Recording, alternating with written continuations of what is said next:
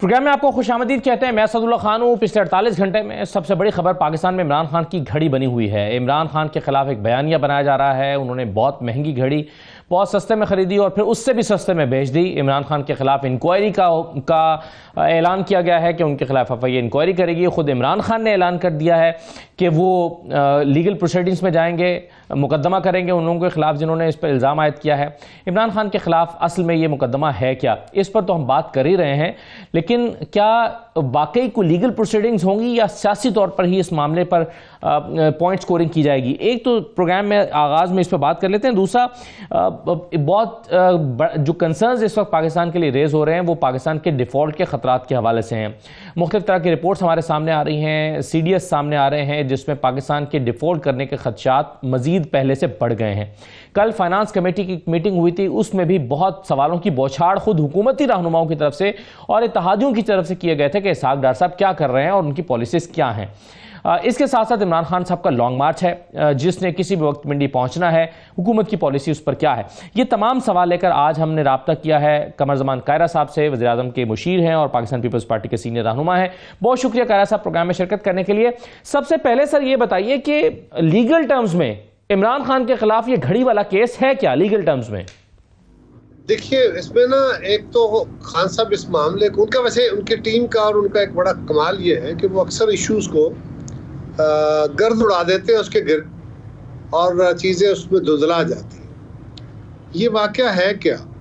तोशा खाना का वाक़या ये है कि एक नौजवान साफ़ी के इल्म में कुछ बात आई, शायद खान साहब ने कुछ तोहफे वहाँ से ख़रीदे हैं, सस्ते दामों ख़रीद के बेच दिए हैं। उसने अपनी स्टोरी खड़ी करने के लिए उसकी तफसील जानना चाहिए तोशा खाना की कंट्रोलिंग मिनिस्ट्री यानी कैबिनेट इंटेलिजेंस से, और उनको इन्हिराफ किया गया, उनको जवाब दे दिया गया कि ऐसा नहीं हो सकता। वो बार बार जाते रहे, वो इंफॉर्मेशन कमीशन में गए, वो मुतसिब के पास गए और अल्टीमेटली उसके ऊपर इतना दबाव बढ़ा दिया गया इंटरनली एक्सटर्नली, उस नौजवान को उसकी नौकरी से निकाल दिया गया।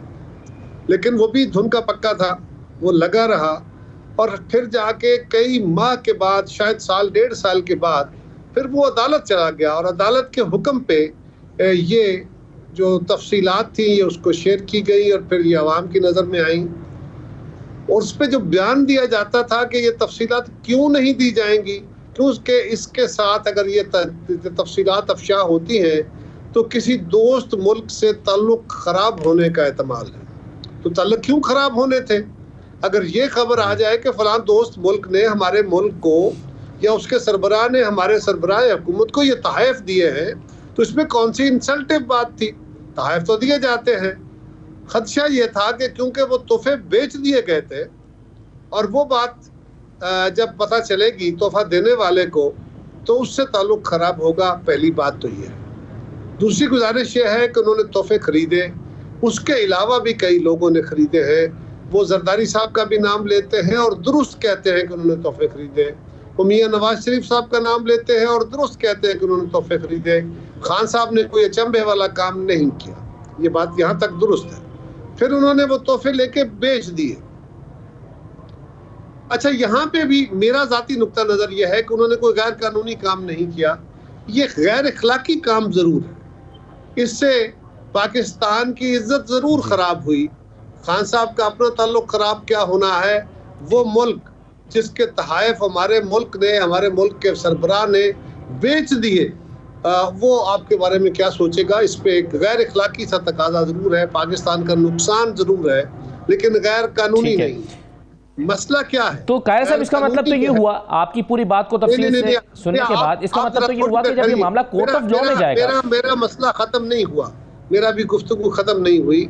जहाँ से उनका कानूनी जुर्म शुरू होता है मैं वहाँ पहुँचा हूँ। अभी जुर्म यहाँ शुरू होता है कि खान साहब को बतौर मेंबर असेंबली जो तहफ़ उनके असासे थे, जो भी असासे थे, वो असासे उन्हें 30 जून को हर साल इलेक्शन कमीशन में जाहिर करना होते हैं। और अगर कोई मेंबर वो असासे जाहिर नहीं करता तो फिर वो उसका जो मेंबरशिप है वो फ्रीज हो जाती है ता वक्त कि वो तफसील ना दे दे। और अगर कोई उसमें कंसीलमेंट करता है, यानी उसमें अपने ज़ात के नाम, अपनी बीवी के नाम और अपने डिपेंडेंट बच्चों के नाम जो भी 30 जून को एसेट्स होते हैं वो अपने जाहिर करने होते हैं। खान साहब ने जिस साल ये तोहफे खरीदे वो उनका असासा बन गए। खान साहब ने नंबर 1 कि वो तोहफे वो असासा बना तो वो जाहिर नहीं किया इलेक्शन रिटर्न 2018 में, 2019 में। और दूसरा, जो तोहफे उन्होंने खरीदे उसकी जो रकम थी वो रकम उनके पास कैश में तो थी नहीं। क्या उन्होंने अपना कोई असासा लिक्विडेट किया या किसी से उधार लिया? वो कर्ज भी ले सकते हैं अपने किसी दोस्त से, किसी अजीज से, लेकिन उसका भी मुल्क में कानून है। अगर आप कर्ज लेते हैं तो फिर कर्ज आप बैंक के चेक के जरिए लेते हैं, बैंक ट्रांजैक्शन होती है और आप अपने एसेट्स एंड लायबिलिटीज के उस खाने में जाहिर करते हैं एक इलेक्शन कमीशन को और एक इनकम टैक्स को कि ये मेरे असासे हैं और ये मेरी लायबिलिटीज है। जब आप वो लायबिलिटी पे करते हैं तो वो आपकी लायबिलिटी वेव ऑफ हो जाती है। खान साहब ने अपने वो डिजायर नहीं किया कि मेरी लायबिलिटी है। और तीसरा, जब उन्होंने वो असासा बना लिया और उसके बाद उसको बेच दिया, ठीक है, बेचने के बाद उनकी खालस आमदन हो गई, नफा हुआ उन्हें। जो हमारे ख्याल में 35 करोड़ है वो कहते हैं नहीं मैंने कोई 2-3 करोड़ कमाया है। जितना भी है वो बात की बहस है, लेकिन उसके ऊपर उन्होंने टैक्स अदा करना था, उन्होंने वो टैक्स अदा नहीं किया और ये भी एक जुर्म है। इनकम टैक्स लॉ ये है कि अगर आप किसी साल में अपना असासा जाहिर नहीं करते, और क्यास ये है कि खान साहब को जब ये पता चल गया कि अब मेरा मामला खराब हो गया है, अब ये मामला अदालत में गया और मुझे इस बात को जाहिर करना पड़ेगा, तो फिर खान साहब ने अगले साल में उसके ऊपर इनकम टैक्स रिटर्न दे दी, लेकिन इलेक्शन कमीशन में वो एसेट नहीं था। इसके ऊपर उन्होंने इलेक्शन कमीशन ने उनको सजावार ठहराया। आसिफ जरदारी साहब और मियां नवाज शरीफ साहब ने जो गाड़ियां ली बुलेट प्रूफ जो उनको तोहफे में मिली थी वो उन्होंने कानून के मुताबिक खरीदी, वो उनके पास मौजूद है और डिक्लेयर्ड है। अगर उन्होंने भी डिक्लेयर नहीं की तो वो भी खान साहब के जुमरे में आ जाए, लेकिन उन्होंने डिक्लेयर की है। लिहाजा सर ये गाड़ी पर मैं सवाल आपसे करता हूं कायरा साहब, लेकिन मेरा पहला सवाल यह है कि इसका मतलब ये हुआ जिस तरह से आपने इमरान खान के केस को एक्सप्लेन किया है, जितना मैं समझ पाया हूं कि जब ये कोर्ट ऑफ लॉ में जाएगा और जा चुका है, एक तरह से इलेक्शन कमीशन के पास गया, इलेक्शन कमीशन ने इमरान खान साहब को गिल्टी करार देते हुए उन्हें डी सीट कर दिया और इसीलिए किया कि उन्होंने अपने असासे छुपा लिए थे। डी सीट हो गए वो, लेकिन उसके बाद उन्होंने दोबारा कोरम का इलेक्शन लड़ा और वो जीत गए और चीफ जस्टिस इस्लामाबाद हाईकोर्ट ने कहा कि वो इलेक्शन अब लड़ सकते हैं क्योंकि वो 63 में डी सीट हुए हैं। 63 का मतलब ताहयात नाअहली तो होता नहीं है। तो इमरान खान साहब ने जो जुर्म किया और जितना किया उसकी सजा उनको मिल चुकी है, या अब जो नया एपिसोड हमारे सामने आया है इसमें कुछ नया जुर्म भी उनका हमें पता चल रहा है कि इमरान खान साहब ने ये नया जुर्म भी किया है और नई बुनियाद मिली है उनके खिलाफ कानून बनाने की। पहली बात तो ये है कि खान साहब जो अपने आप को खुद अपने तौर पे कहते हैं कि मैं बड़ा सादिक और अमीन हूँ, मैं बड़ा आला असूलों वाला हूँ, मैं बड़ा सच्चा हूँ, मैं बड़ा दलेर हूँ, मैं बड़ा बासूल हूँ, ये जो सारा उन्होंने अपने गिर्द एक दायरा बुना हुआ है खुद साख्ता, ये कहाँ गया? खान साहब खुद इकरार कर बैठे। अब एक नया कजिया खुल गया है। उन्होंने एक ऐसे गिफ्ट को जो एक नायाब गिफ्ट है, दुनिया में एक ही है, उसकी असेसमेंट कैसे कराई? उन्होंने इस्लामाबाद की सुपरमार्केट के घड़ी साज से, कहते हैं उस घड़ी साज के पास हमने भेजा तो उसने हमें असेसमेंट करके दे दी। ये वो आइटम नहीं है जो मार्केट में बिकता है, इसका कोई प्राइस टैग नहीं है, ये कंपनी की वेबसाइट पे इसकी कोई कीमत नहीं है। तो इस्लामाबाद का घड़ी साज जिसे क्या पता होगा इसकी क्या कीमत है, लिहाजा उससे असेस करा के आपने 10 करोड़ असेस कराई, 2 करोड़ जमा करा दिया।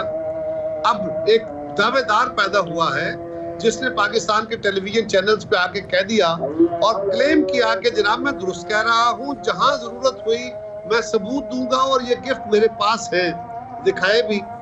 अब वो कहता है कि मैंने फलां शख्स से जो खान साहब के फ्रंट मैन हैं उनसे ये $2 मिलियन यानी $20 लाख में खरीदी है।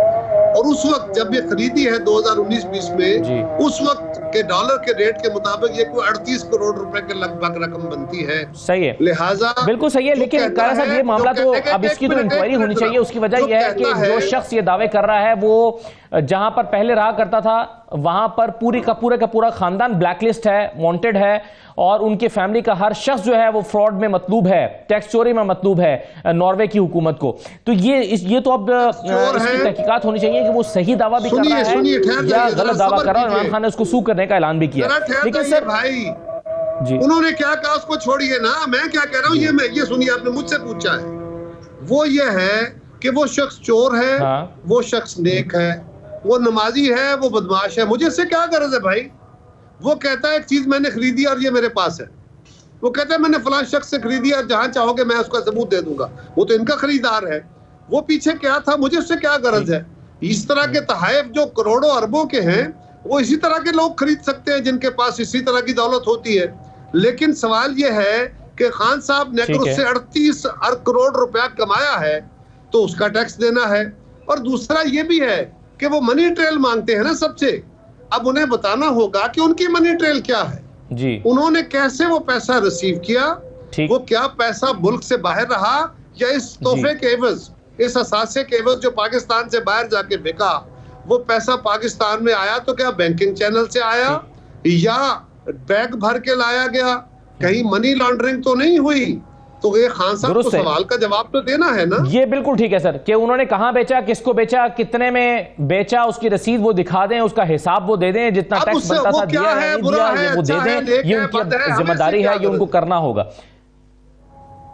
बिल्कुल ठीक है, बिल्कुल सही है सर। लेकिन सर जिन गाड़ियों का इमरान खान भी जिक्र कर रहे हैं और आपने भी अभी जिक्र किया और आपने कहा कि इनको हिसाब देना होगा, लेकिन ये जो फेक अकाउंट्स बन की एक JIT बनी थी उसमें इंकशाफ किया गया था कि आसिफ जरदारी साहब ने अली और यूसुफ रजा गिलानी साहब ने उनके लिए रूल्स को रिलैक्स किया।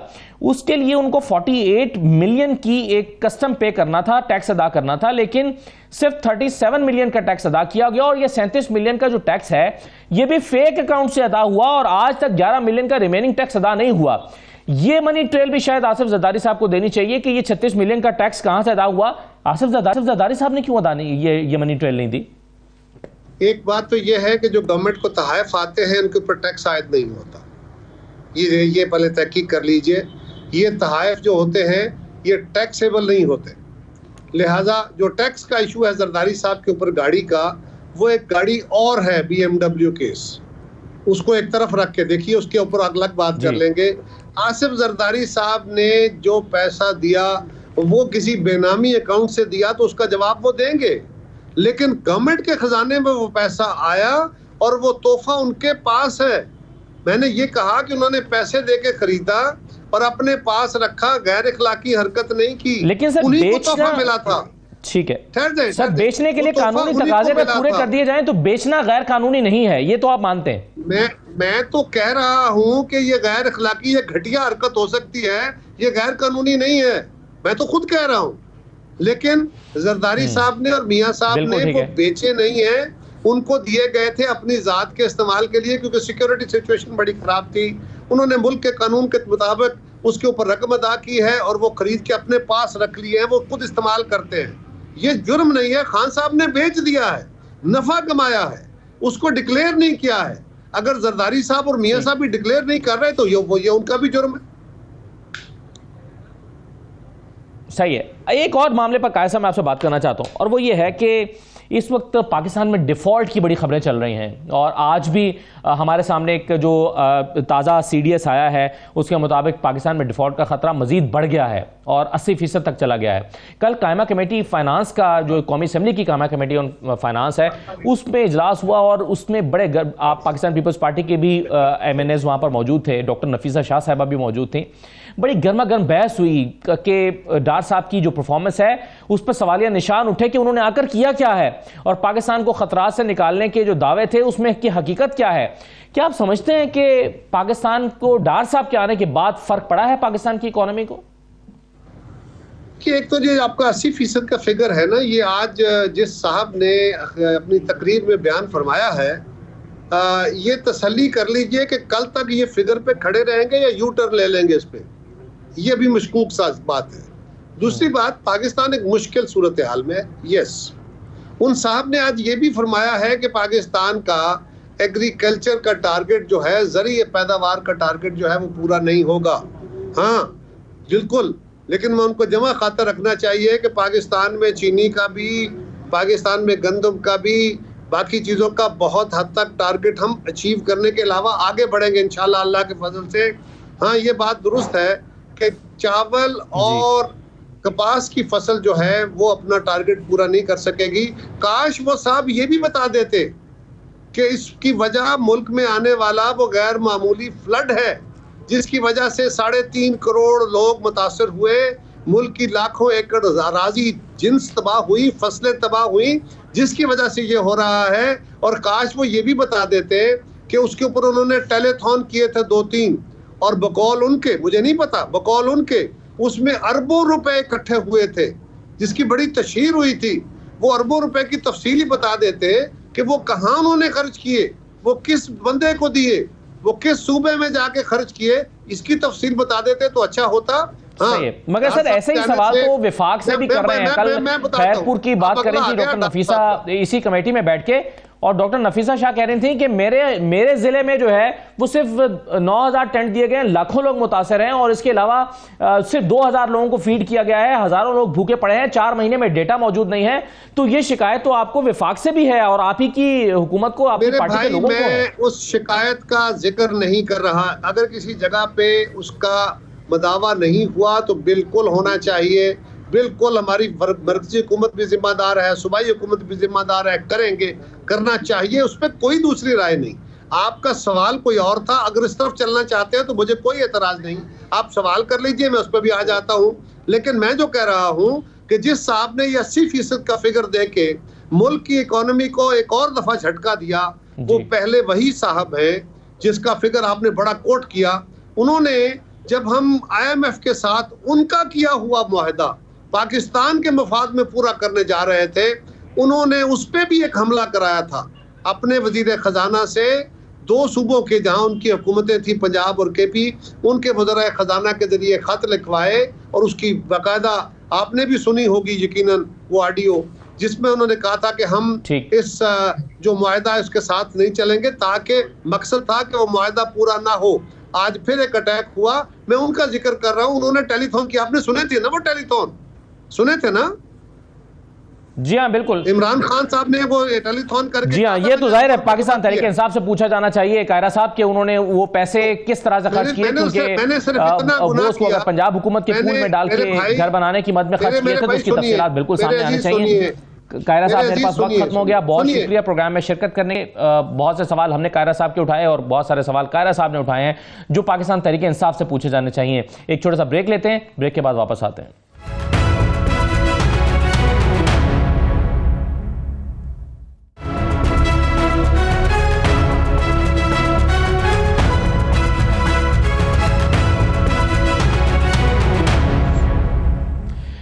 प्रोग्राम में आपको दोबारा खुशामदीद कहते हैं। मेरे साथ प्रोग्राम के इस हिस्से में डॉक्टर नफीसा शाह साहिबा मौजूद हैं, पाकिस्तान पीपल्स पार्टी के सीनियर रहनुमा हैं। खेलदास साहब मौजूद हैं हमारे साथ, नून लीग के सीनियर रहनुमा। बहुत शुक्रिया सर, आपको खुशामदीद कहते हैं। फिरदौस शमीम नकवी साहब हमें ज्वाइन कर रहे हैं, पाकिस्तान तहरीक इंसाफ के रहनुमा। लेकिन शुरू में मैं डॉक्टर नफीसा शाह से 2-3 चीज़ों पर ज़रा गुफ्तगू करना चाहता हूँ। डॉक्टर साहबा, कल आप नेशनल असम्बली की जो फाइनेंस कमेटी थी उसमें मौजूद थी, और आप जानती हैं कि 2 इशूज़ पर बड़ी उस पर बात हुई। एक तो ज़ाहिर है आपका कंसर्न अपने खैरपुर के हवाले से था, मैं उस पर आपका ज़रूर मौक़िफ़ लेना चाहता हूँ। दूसरा, जो फाइनेंशियल सिचुएशन है, आज दिन भर जो अखबारात में खबरें लगी हैं, प्लस इमरान खान ने इस पर बात की, बाकी लोगों ने बात की कि पाकिस्तान में मुआशी सूरत-ए-हाल दिन ब दिन खराब हो रही है। इसहाक डार साहब के आने से क्या फ़र्क पड़ा है, ये भी कल बात हुई है कि इसहाक डार साहब कितना फ़र्क डाल सके हैं। इस पर खुद लीगी के रहनुमाओं को, बर्जिस ताहिर साहब वहाँ पर मौजूद थे, उनको भी इस पर काफ़ी तशवीश थी। आपने भी ऐसे ही सवालात किए वहाँ पर बाजवा साहब से भी और स्टेट बैंक के रिप्रेजेंटेटिव से भी। आप क्या किस नतीजे पर पहुंची हैं कि ये जो खतरा है पाकिस्तान में डिफॉल्ट करने का, तो इसको हुकूमत किस तरह से देख रही है और इसहाक डार साहब की कंट्रीब्यूशन क्या है? जी, सबसे पहले तो देखें, जो इस वक्त अपनी जगह ये बिल्कुल वजह है कि इस वक्त मुल्क की मईशत के हालात कुछ संभल नहीं पा रहे हैं, और ये सिर्फ आज से नहीं है, ये गुज़िश्ता मैं समझती हूँ कि 3-4 बरस से है, 2018 से लेकर आज तक, और कोशिश यकीनन है। लेकिन अब इस वक्त तो दुनिया के हालात भी, और वो आपने देखा होगा कि ये वॉलेटिलिटी सिर्फ it's not particular to Pakistan, लेकिन इंटरनेशनली भी आपकी बड़ी बड़ी इकोनॉमीज जो बहुत ही स्टेबल रही हैं, आप पूरा यूरोपियन सिचुएशन देख लें, जर्मनी आपका इतना स्टेबल रहा है माजी में, यूके स्टेबल रहा है, तो ये जो झटके हैं, ये शॉक्स हैं, ये ओवरऑल दुनिया में है। और पाकिस्तान यकीनन एक फ्रेजाइल इकोनॉमी है, तो उसमें तो हमारे फंडामेंटल्स आपको पता है कि एक्सपोर्ट्स और जो है वो because of various reasons exports की जो होने चाहिए वो नहीं हो पा रहा है, और फिर जो है हमारे एक्सपोर्ट्स के डॉलर्स आते हैं और रेमिटेंसेस से आते हैं। और इस वक्त क्योंकि ओवरऑल दुनिया में मार्केट जो है वो डाउन है, तो पाकिस्तान और फिर हाल ही में जो फ्लड्स आए हैं तो उन्होंने तो और भी हमारी जो हालात हैं वो खस्ता कर दी हैं। तो ये चैलेंजेस बिल्कुल हैं, और मेरे ख्याल से डॉक्टर साहब को हमें टाइम देना चाहिए कि वो अब आए हैं और यकीनन उनका एक्सपीरियंस है और वो कोशिश भी कर रहे हैं। लेकिन डॉक्टर साहब, आपको लगता है कि डॉक्टर साहब के पास ऐसी इकोनॉमिक पॉलिसी मौजूद है जिसके नतीजे में वो बेहतरी ला सकते हैं? क्योंकि जब वो आए थे तो उन्होंने कहा था कि मैंने देखें डॉलर नीचे आ गया है, लेकिन आज फिर 229 रुपए का है अगर मिल जाए तो, वरना मार्केट में बाज़ औक़ात इससे ज्यादा कीमत में मिलता है। तो डॉक्टर साहब जब आए थे 235 का तो वैसे भी नीचे होकर आ गया था, तो कोई खास फर्क तो डॉक्टर साहब के आने से नहीं पड़ा। उनके पास कोई आपके ख्याल में पॉलिसी मौजूद है? देखिए, उनके पास कोई जादू की छड़ी तो है नहीं। आपका इस वक्त डॉलर का इशू सारा इस मुल्क में, अगर डॉलर की किल्लत होगी तो फिर डॉलर की कीमत ऊपर आएगी, और ओवरऑल अगर आप यूएस में भी उन्होंने अपनी पॉलिसी रेट को बढ़ाया है तो इसके हवाले से तो और डॉलर की किल्लत होगी, और ये पूरी दुनिया में इस वक्त ये वेव है।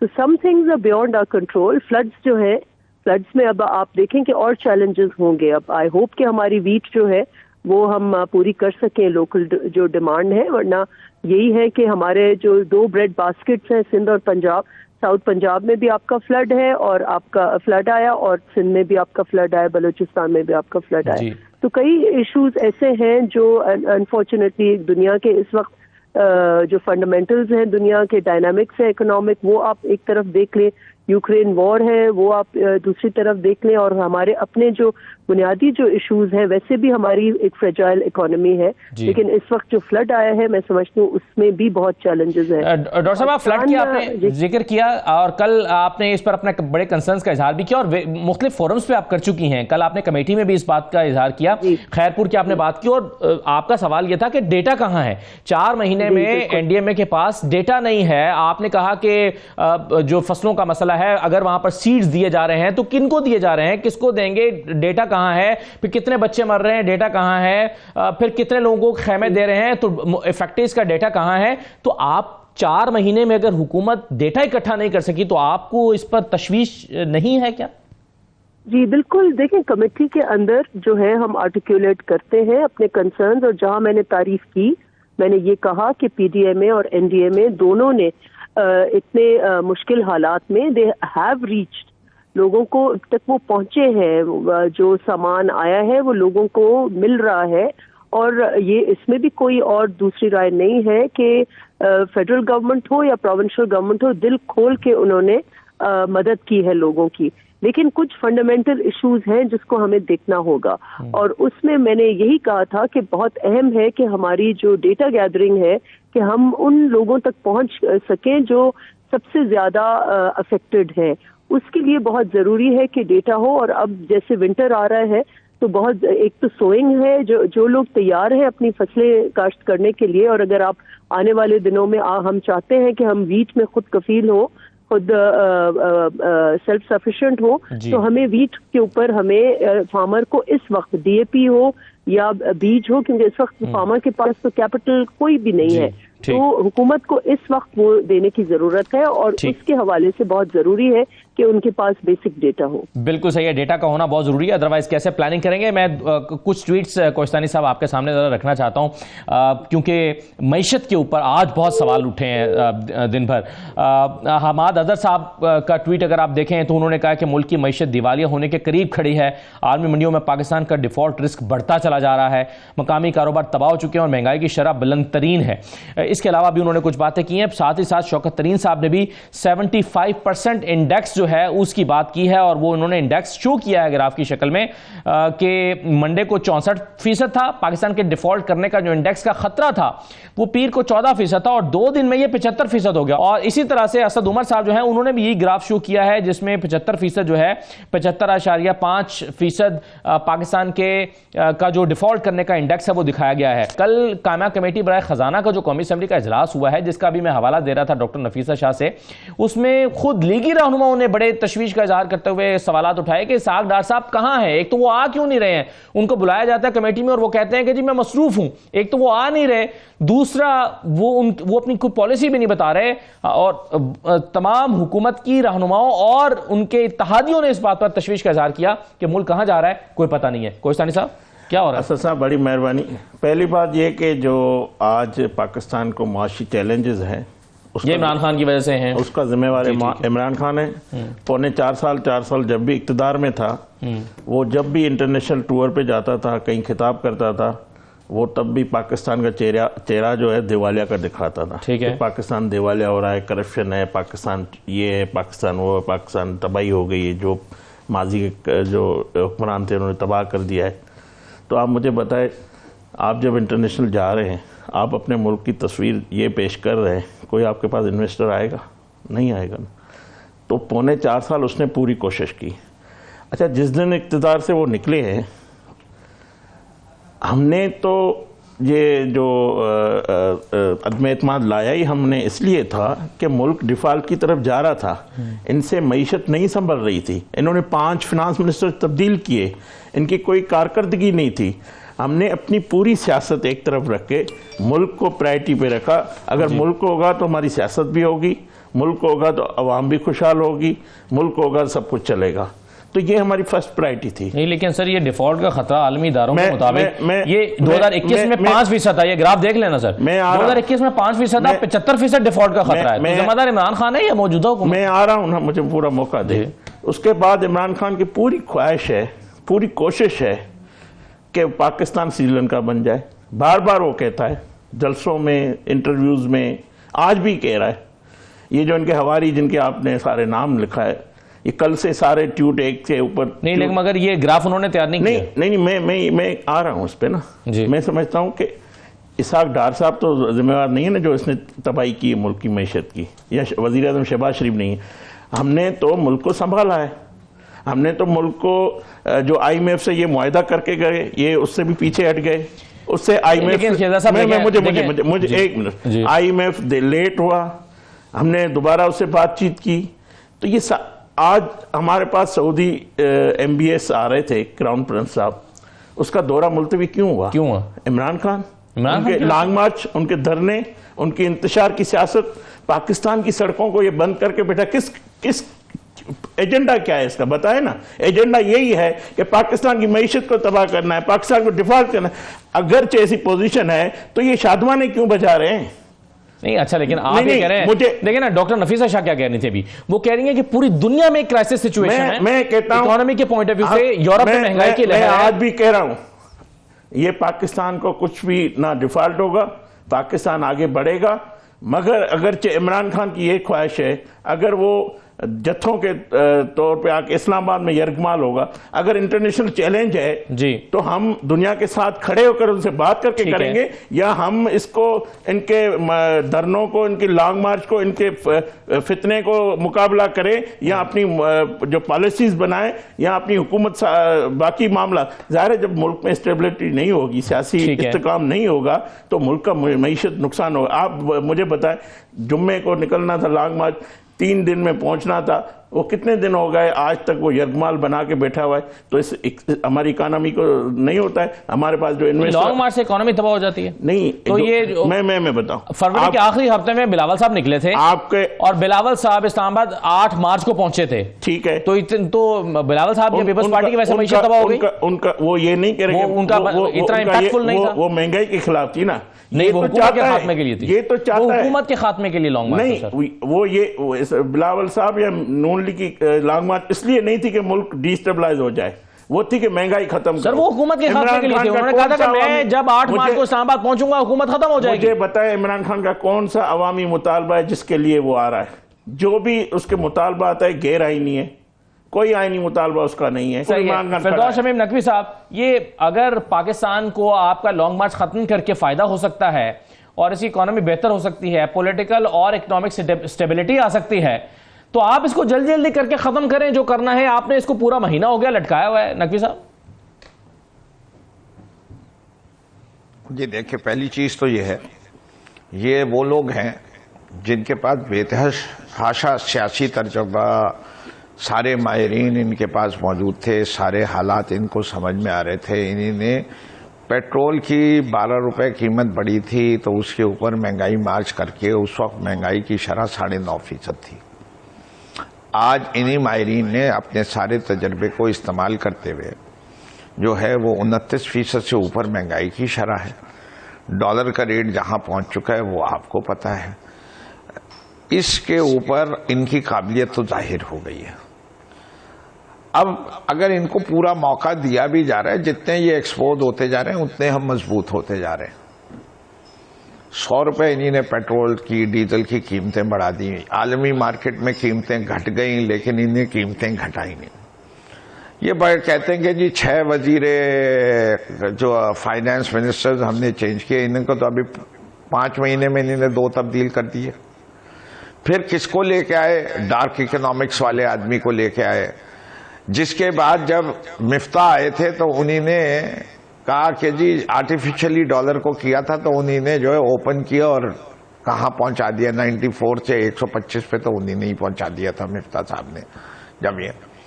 जब ये कहते हैं कि इमरान खान ने डिफॉल्ट पे लेके आए हैं 6% growth rate last 2 years in a row, first time 17 years in the history 2 years in a row। आपका रोशन डिजिटल अकाउंट के अंदर जो है जो पैसे आए वो लैक ऑफ कॉन्फिडेंस शो करते हैं लोगों का। आपकी रेमिटेंसेस जो हैं highest ever recorded in the history of Pakistan पहुंची। लैक ऑफ कॉन्फिडेंस शो करती है फॉरेनर्स का कि पाकिस्तान की मईशत खराब हो रही है। आपकी एक्सपोर्ट्स जितनी बढ़ी हाईएस्ट एवर, जैसे कि PMLN के दौरान तो स्टेगनेंट हो गई थी, वो भी हाईएस्ट एवर। आपका करंट अकाउंट डेफिसिट 1 साल सरप्लस पे भी हम ले आए और कोविड के 2 साल हमारे गुजरे। इन्हीं ने तो 70 साल में दूध की नहरें बहा दी थी जिस वक्त इकोनॉमी को इन्हीं ने लिया है। जहां मुशर्रफ छोड़ के गए थे और जहां खत्म किया है और जहां हमने टेक ओवर किया है और उसके अंदर डिवैल्यूएशन का इंपैक्ट निकाल दीजिए तो आपको डेट नजर आ जाएगा किधर है। सर 2 बातें आपने बड़ी अहम की हैं। एक तो ये कि ये आपके जमाने में इसका इंपैक्ट नहीं आया, डील को आपके आने के फौरन बाद होगी। दोनों बातों का जवाब आप ब्रेक लेता हूं, ब्रेक के बाद वापस आते हैं।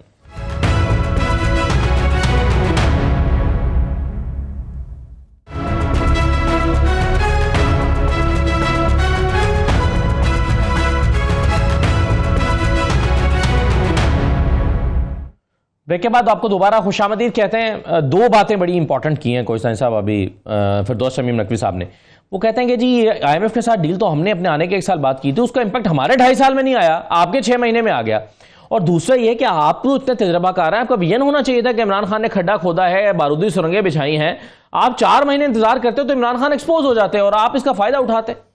देखें, पहली जो बात फिरदौस साहब ने अभी आखिर में की है कि हम 4 महीने इंतज़ार करते तो इमरान खान और उसकी हुकूमत जो PTI खड्डे में गिर जाती और 2/3 मेजॉरिटी PMLN को मिलती। बिल्कुल ये बात ठीक कह रहे हैं।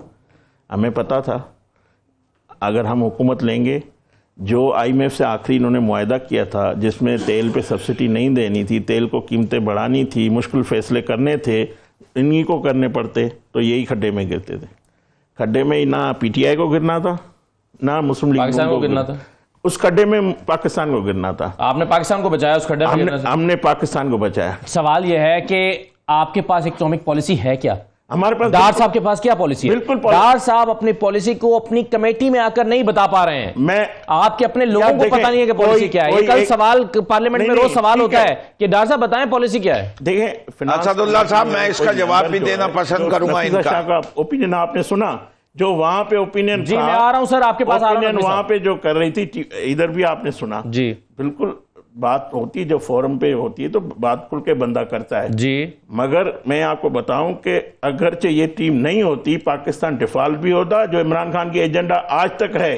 क्या फायदा होगा इमरान खान को पाकिस्तान को डिफॉल्ट करा के? ये है ही किसी का एजेंडा, उसको पाकिस्तान से क्या मतलब है मुझे बताएं। हम तो 2013 से बोल रहे हैं, 14 से बोल रहे हैं कि ये बंदा इस मुल्क को डिस्टेबलाइज करना चाहता है, ये इसकी एजेंडा है। मुझे पता क्या वजह। लेकिन आपकी इस बात पे जो आप 2013 से कह रहे हैं, आज तक लोग मान नहीं रहे, बल्कि उल्टा इमरान खान को वोट कर रहे हैं।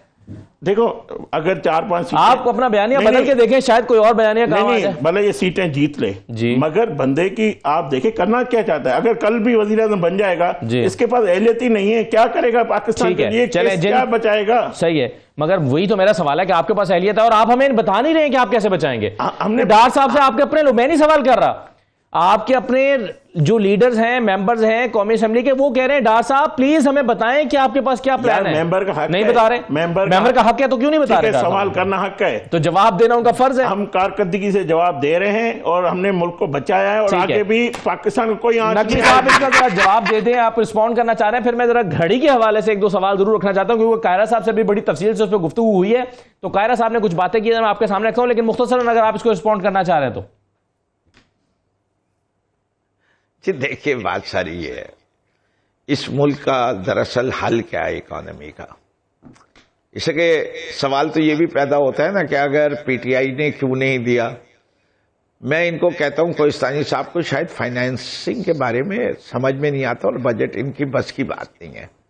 हमारे पास क्योंकि इंपोर्ट्स बहुत ज्यादा बढ़ी, इंपोर्ट्स के ऊपर हमारे पास हमने टैक्सेस लगाए हुए थे, जिसकी वजह से हमारा tax collection above the target हो गया। जब वो अबव द टारगेट आ रहा था तो हमने आईएमएफ के साथ रखा कि आपने जो हमें फिगर दी है टैक्स कलेक्शन की, वो हम अचीव करेंगे और जो एडिशनल टैक्स आ रहा है वो हम इस्तेमाल करना चाहते हैं to subsidise our petroleum prices. It was as simple as that, there was no rocket science to it. Simple figures हैं, आज आप चेक कर सकते हैं कि अगर मैं कोई गलत बयान नहीं कर रहा हूं कि क्या पाकिस्तान, इससे पाकिस्तान ने पिछले साल 37% ग्रोथ इन टैक्स किया था। इनके जमाने में जब से ये 7 माह आए 16% डिक्रीज हो गया टारगेट से, जो इन्होंने टारगेट सेट किया था एमपीआर के लिए।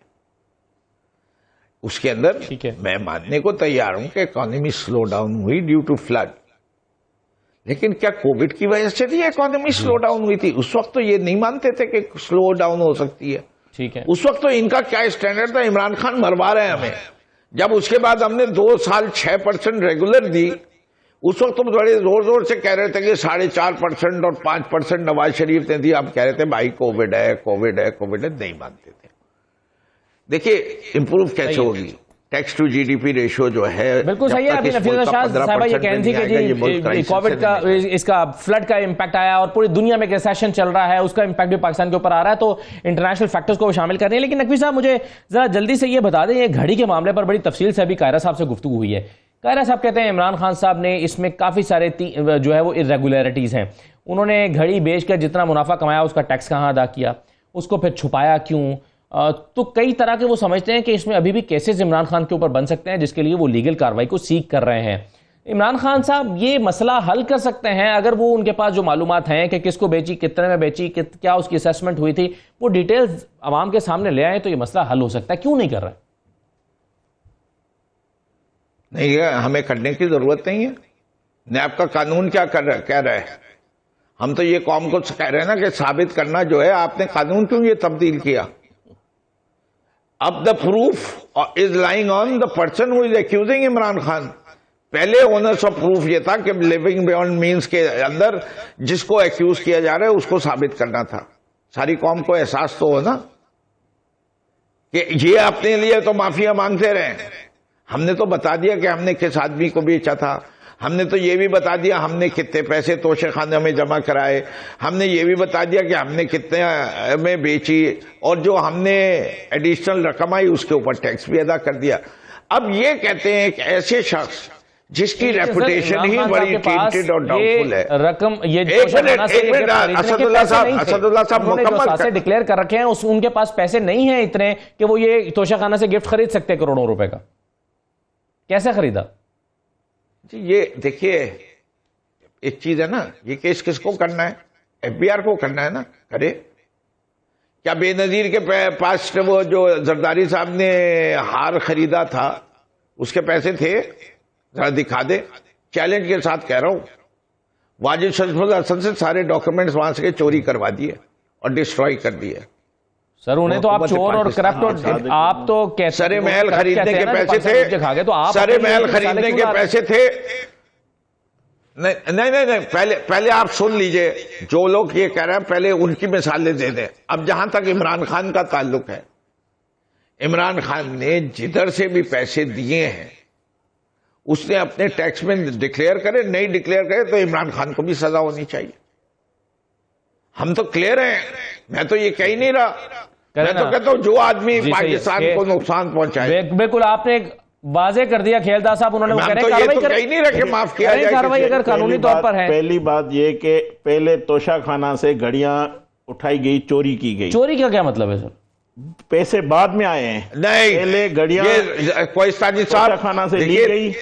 कोइस्तानी साहब सच बोलने की अहलियत पाई जाए, मैंने रात कवानीन के मुताबिक खरीदी गई। मैं आपको बता रहा हूं, उसके बाद घड़ियां स्मगलिंग होती है दुबई। अच्छा, वो कैसे गई, फिर पैसे कितने आए और इन्होंने कितने जमा तो आप देखना एक टीवी प्रोग्राम देख के इस नतीजे पर पहुंचे हैं ना। हुकूमत की तो कोई इन्वेस्टिगेशन नहीं है इसके ऊपर। हुकूमत का काम नहीं, इदारों का काम है। ये सही कह रहे हैं। हाँ। इदारे अपना काम कर रहे हैं, जो चीजें नजर आ रही हैं। इदारों की तो ऐसी कोई रिपोर्ट नहीं है। ये तो आप कह रहे हैं टीवी का प्रोग्राम देख के, एक इंटरव्यू देख के कह रहे हैं ना। मैं यही कह रहा हूं, एक इन्वेस्टिगेशन ऑफिसर उस वक्त का डीजी FIA बशीर मेमन कल बैठ के ये बात बता रहा था। अगर ये कहते हैं ना कि अब आप जाके रसीदा, हम कहते हैं रसीदा कटो, अब ये कहते हैं हमारे रसीदा नहीं है, आप जाके ढूंढो। चलें जी, बहुत मुकाफात अमल है। ये कल हमसे रसीदे मांगते, आज रसीदे दे दे। आए बाएं आपने नहीं देनी, वो दे दे। आपसे जो मांगे वो आपने जो घड़ियां जिन्होंने बेची है वो फरारी नहीं है। ऐसा कानून हमने कहीं नहीं देखा। शुक्रिया खेलदास कोहिस्तानी साहब, फिरदौस शमीम नकवी साहब, डॉक्टर नफीस अच्छा भी हमारे साथ प्रोग्राम में शामिल रही हैं। बहुत शुक्रिया प्रोग्राम में शिरकत करने के लिए। इजाज़त दीजिए, अल्लाह हाफ़िज़।